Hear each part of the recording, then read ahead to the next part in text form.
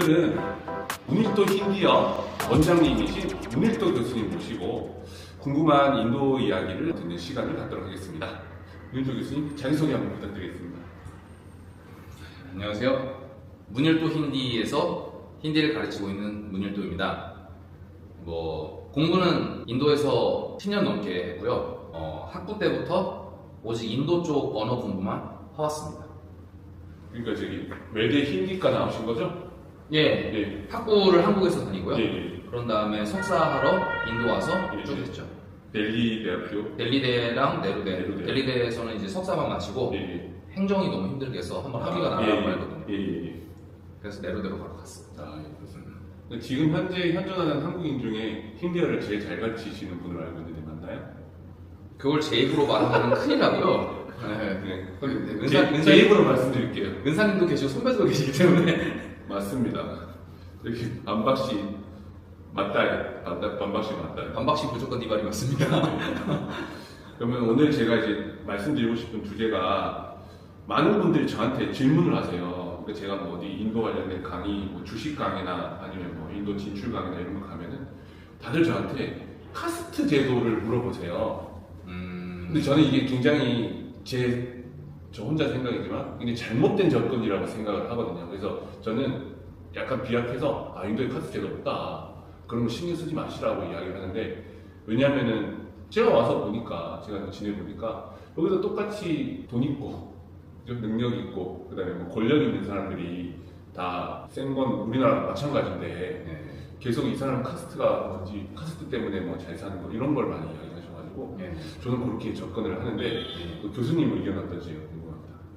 완벽히 맞아떨어진다고 말할 수는 없지만 그 사람들이 카스트에 대한 인도 투자를 생각하는 사람들이 카스트 갖고 인도 경제에 대해서 혹은 자신이 투자하고자 하는 것에 어떤 방향성에 대해서 발전 가능성에 대해서 생각하는데 카스트를 자꾸 집어넣는다 라고 하는 것을 100% 맞아떨어지진 않아도 이걸 한국에 대비해서 말씀드려보면요, 어떤 외국인이 여러분 곁에 와서 한국에서 주식 투자를 좀 하고 싶은데 요즘 한국은 조선 다이너스티의 2조 사람들이 그 어떤 가문의 위세가 아직도 좀 있느냐, 아니면 신라 시대 김씨 가문의 그렇죠. 위세가 아직 있냐, 뭐 이런 접근하고 비슷한 거예요. 카스트는 인도에 있습니다.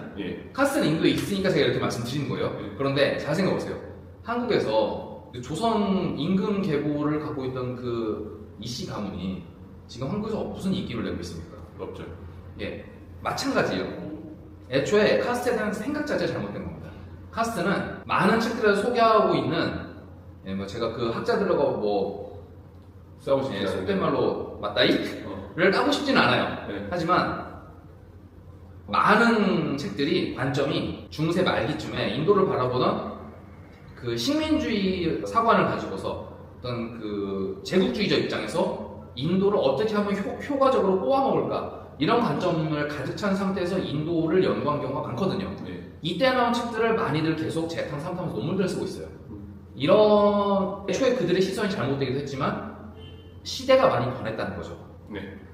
그래서 간략히 말씀드리면 카스트는 수직 관계가 아닌 겁니다. 많은 한국 사람들이 우려하는 카스트 때문에 수직 관계 어떤 그런 것 때문에 발전해야 될 부분이 발전하지 못한 것 억눌리는 거냐 이런 막연한 상상을 하잖아요. 그런 거 없습니다. 그런 생각하는 분들이 오히려 인도를 잘못 보고 계신 거예요. 그렇죠. 제가 이제 말씀드리고 싶은 부분이 그런 거예요.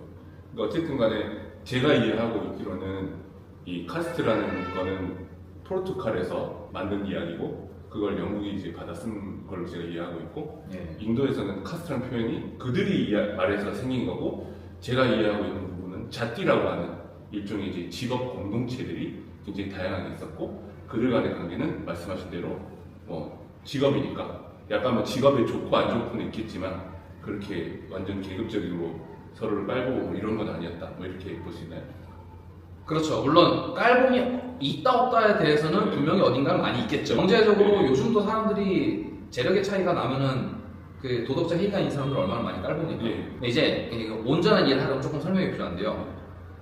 일단 말씀하신 대로 카스트란 단어는 인도의 어떤 단어입니다. 애초에 힌디 단어가 아니에요. 인도에 있는 어떤 단어가 아니에요. 그냥 포르투갈 사람들이 카스타라고 하는 자신들의 어떤 신조어를 만들어서 그것으로 인도의 재본 일종의 척도입니다. 그것을 이제 영국 사람들이 카스트로 바꿔서 영어식으로 표현을 하고 있는 거죠. 그렇다고 그것의 동의어가 힌디의 자띠다라고 하는 건 어폐는 좀 있어요. 동의어가 되긴 사실 좀 결이 좀 다르거든요. 하지만 거의 비슷하게 볼 수 있다고 할 수 있거든요. 이 자띠라고 하는 게 수가 1000단위로 가서 굉장히 많습니다. 수천 개예요. 그럼 이제 우리가 흔히들 알고 있는 인도는 계급이 4개 아니에요라고 얘기하잖아요. 수천 개는 어디서 나왔냐? 다 용어가 들어갑니다. 4개짜리로 세계사에 소개하고 있는 것들은 와르나라고 부르는 거예요. 원래 뜻은 색깔이라는 뜻이고 그냥 일종의 카테고리 구분입니다. 뭐 카테고리 구분을 알고 계신 많은 사람들이 알고 계신 대로예요. 제사장은 뭐 사제들은 제사를 주관하겠죠. 옛날에는 그 종교와 정치가 결합되는 사회가 많으니까 고대 사회는. 그리고 사회를 유지하기 위해서는 무력이 필요하고 바운더리를 유지하려면 중심점이 필요하단 말이에요. 뭐 귀족도 땅이 크면 필요하겠고. 그래서 지배계급이 존재해요. 그리고 그 아래 나머지 모든 평민들은 각자 자신의 먹고 사는 일을 하지 않겠습니까? 그렇죠. 그러면 결국 그들은 다 흔히들 바이샤라고 말하는 원래 말하는 웨이샤 그 계급이 되는 거예요. 그리고 그 모든 사람 방금 언급한 3가지 사람들 있잖아요. 카테고리 이 사람들이 자신의 업에 신경을 쓰다 보면은 개인의 인생에 빠지는 부분이 생기지 않습니까? 그런 서비스가 필요해 채워주는 사람들이 그런 일을 흔히 말하는 슈드라라는 사람들이 하는 걸로 시작을 합니다. 자 그런데 고대 사회에서 현대 사회로 번쳐나오면서 직업의 변화가 얼마나 많습니까? 그렇죠. 90년대만 해도 초고속 인터넷 생기긴 했겠어요?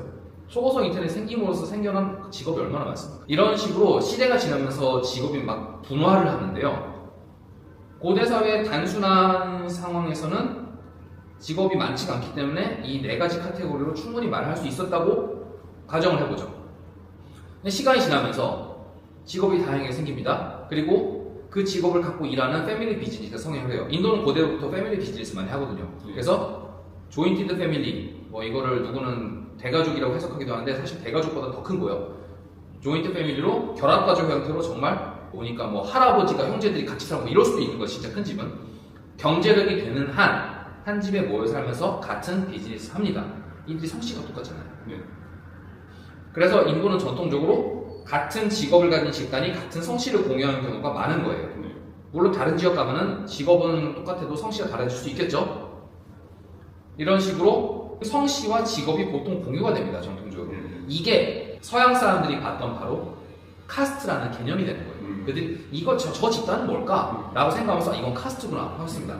근데 이제 잘 생각해보세요. 이미 수천 년 거치면서 서양 사람들이 본 인도는 얼마나 많이 부패했겠어요? 권력자가 부패 안 했겠습니까? 사제들이 부패 안 했을까요? 돈 좀 많은 일반 평민들이 부패 안 했겠어요? 하죠. 결국엔 어떤 상황이 벌어지는 거예요? 경제력에 의한 인간 무시, 경제력에 의한 마치 높낮이가 있는 것 같은 착각. 결국 아쉬운 사람이 손을 비비게 돼 있지 않습니까? 그렇죠. 이런 일이 벌어지는 겁니다. 이걸 보고 서양 사람들이 높낮이가 있는가 보구나 라고 느끼고 글을 잘못 쓴 거예요. 너무 좋은 말씀이네요. 약간 제가 생각하기에는 뭐 스미스가 대장장이고 옛날에 우리가 알고 있는 서양 성들도 어떤 직업을 나타내는 걸로 알고 있는데 그런 면에서는 굉장히 비슷한 것 같아요. 그렇죠. 사실 이 방식은 많은 나라가 비슷할 겁니다. 일본도 그런 거. 그렇죠. 뭐 그냥 이거는 뭐 깊이 생각할 문제 아니에요. 누가 단서가 있는 건 아니니까요. 그렇죠. 어느 나라나 비슷하게 일종 직업, 그다음에 그 직업을 전수하기 위한 도제식 교육, 뭐 저기 서양으로 치면 길드 같은 것들 그런 것들이 다 있었을 것 같은데. 인도는 이제 조금 다릅니다. 예. 길드는 굳이 피부치가 아니어도 이윤 추구 기치 아래 함께 모이는 사람들이잖아요. 근데 인도는 철저하게 옛날부터 패밀리 비즈니스였어요. 그 단적인 예로 보실 수 있는 게 지금 릴라이언스나 아다니 그룹 보시면은 그들이 수뇌부를 가족 위에 다른 사람한테 주는 거 보셨습니까? 그렇지 않죠. 네, 다 가족끼리 먹고 있어요. 이게 인도 내에서 큰 문제시 되고 있지도 않잖아요. 분명히 글로벌한 사회에서 봤을 때 이거 이상하거든요. 근데 우리나라도 사실 재벌 기업들이 다 가족 경영을 하고. 제가 말씀드린 이런 거예요. 한 그룹의 계열사가 수십 개가 있다고 볼게요. 그 수십 개 계열사에 수뇌부를 전부 다 가족으로만 꽂아둔다는 얘기예요, 제 말은. 근데 한국은 핵가족화가 이미 돼 있었고 모든 걸 가족한테 꽂아주기가 이미 어려운 상황이잖아요. 근데 인도는 옛날부터 조인트 패밀리, 결합가족 형태였기 때문에 촌수가 좀 있어도 한 패밀리로 인식이 돼 있다면은 예, 패밀리 비즈니스 함께 한다는 거죠. 그래서 몇 촌이라 할지라도 회장 중심으로 몇 촌 떨어져 있다도 그 패밀리 카테고리 안에 들어가 있다면 그 사람에게 얼마든지 합의하에 예. 혹은 뭐 권력 다툼하에 줄 수 있게 된다는 겁니다. 다른 사람한테는 안 준다는 거죠. 예. 그럼 제가 느끼기엔 사실 한국의 현대가나 뭐 범삼성가나 범현대가나 뭐 비슷한 것 같아요. 범 LG가나.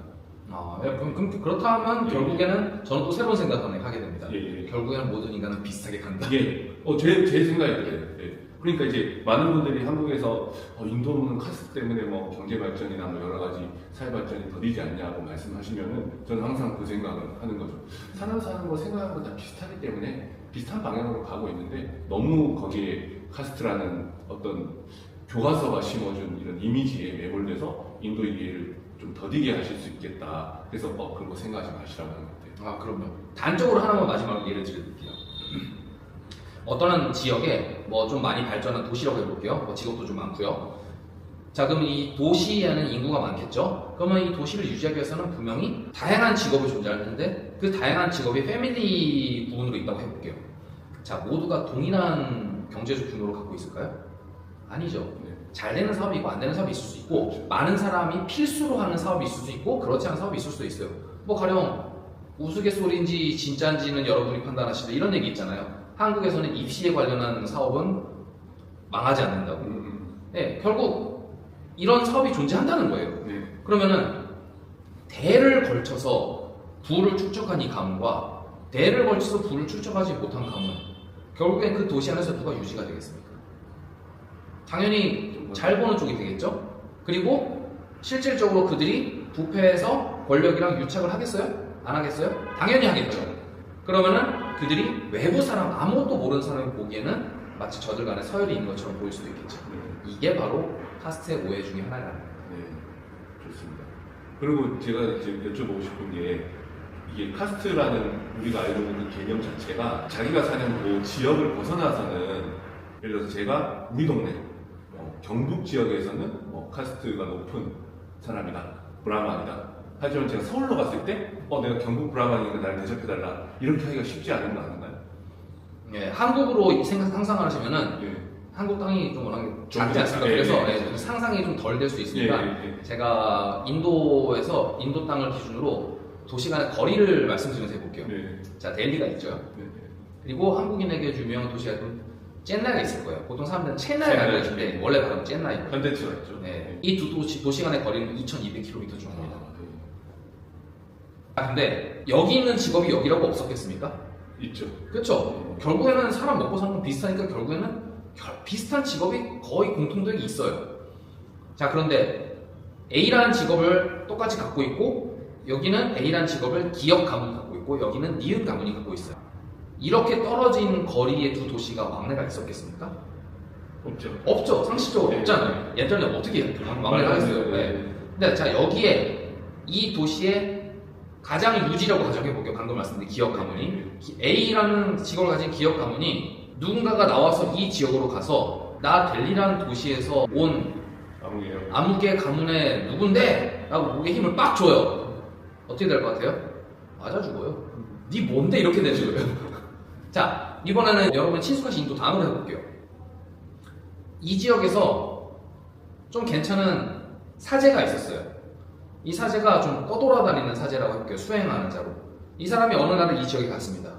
가갖고 사람들한테 나 사제급이야 라고 말해요. 자, 그러면 고대 사회는 종교가 사람의 마음을 현대 사회보다는 더 많이 장을 하고 있겠죠. 네. 현대 사회는 과학 발전한 이후로 사람들이 종교에 대해서 대다수의 사람들이 비종교적인 사람들이 많아졌고 네. 그리고 그 종교에 심취하는 것에 대해서 이상하게 보는 시각들이 많잖아요. 네. 자, 근데 고대 사회는 그렇지가 않아요. 대부분이 종교에 매여 있어요. 그 심적. 자, 근데 지금 이 지역에 사제가 가서 이 지역 멀리 떨어져서 나 어느 지역 출신으로 돌아다니는 사제다라고 하면은 이 지역에서 그게 안 먹히겠어요? 어느 정도 먹히는 게 있어요. 네. 자, 이걸 보고 또 뭐가 어떤 오해가 생기는 겁니까? 아, 사제에게 이게 최고구나.